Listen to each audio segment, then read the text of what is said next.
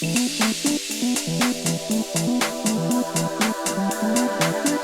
there's the talk, communicate, there's the walk on ROI and so forth. The other part of this that you've mentioned to us is that you've said, we want to play a bigger role in elevating Detroit.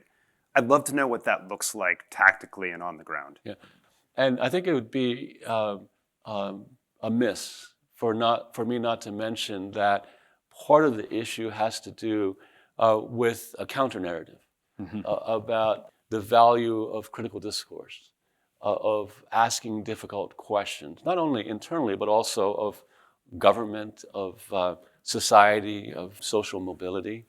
And I think it's exceedingly important at these times for universities to remain committed to truth, to evidence-based decision-making, to reinforcing the importance of diversity of thought, of civil discourse. And I think that many institutions have varied from that from decades ago.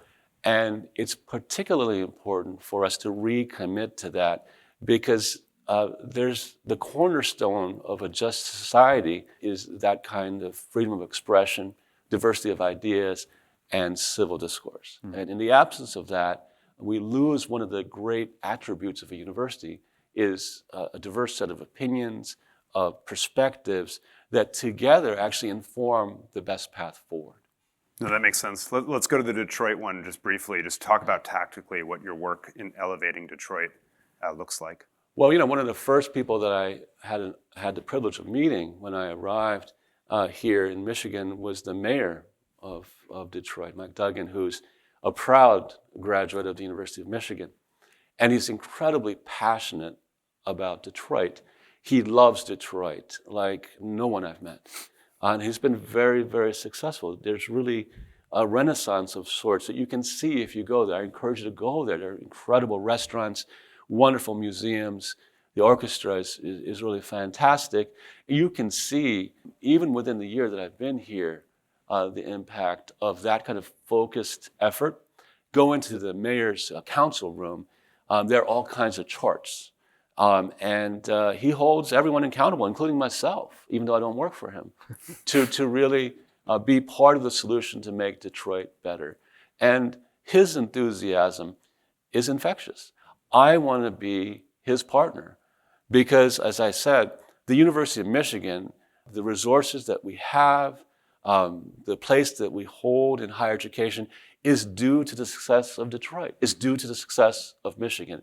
And we owe something back to Detroit and to Michigan to help make this an even more vibrant and economically successful part of the United States. And do you believe, just a quick follow-up on that, do you believe that the citizens of Detroit and of Michigan believe that?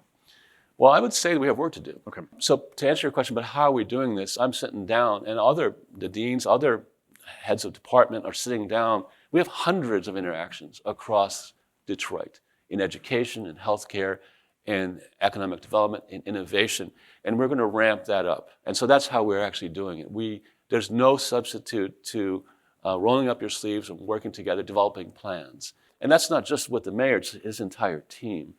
And I think that's going to continue to grow. Investments that are taking place in terms of infrastructure and programs are just breathtaking in the space. For example, education as an example. We're going to invest more in K-12 education in Detroit, in our Marshall Family School of Education. I'm very proud of their role with that. But that's just one example.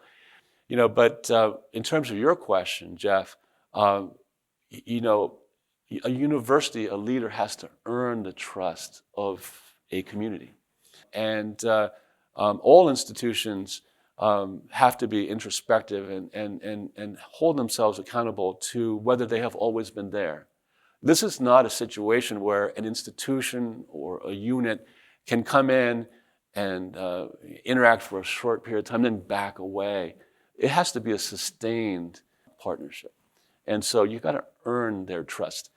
You also have to, I think, as an institution, as a leader, as a professor, as a student, listen, lead with listening, and not go into a community with all the answers, but understand that when you lead with humility and you understand that it's an equal partnership, that you can accomplish much more.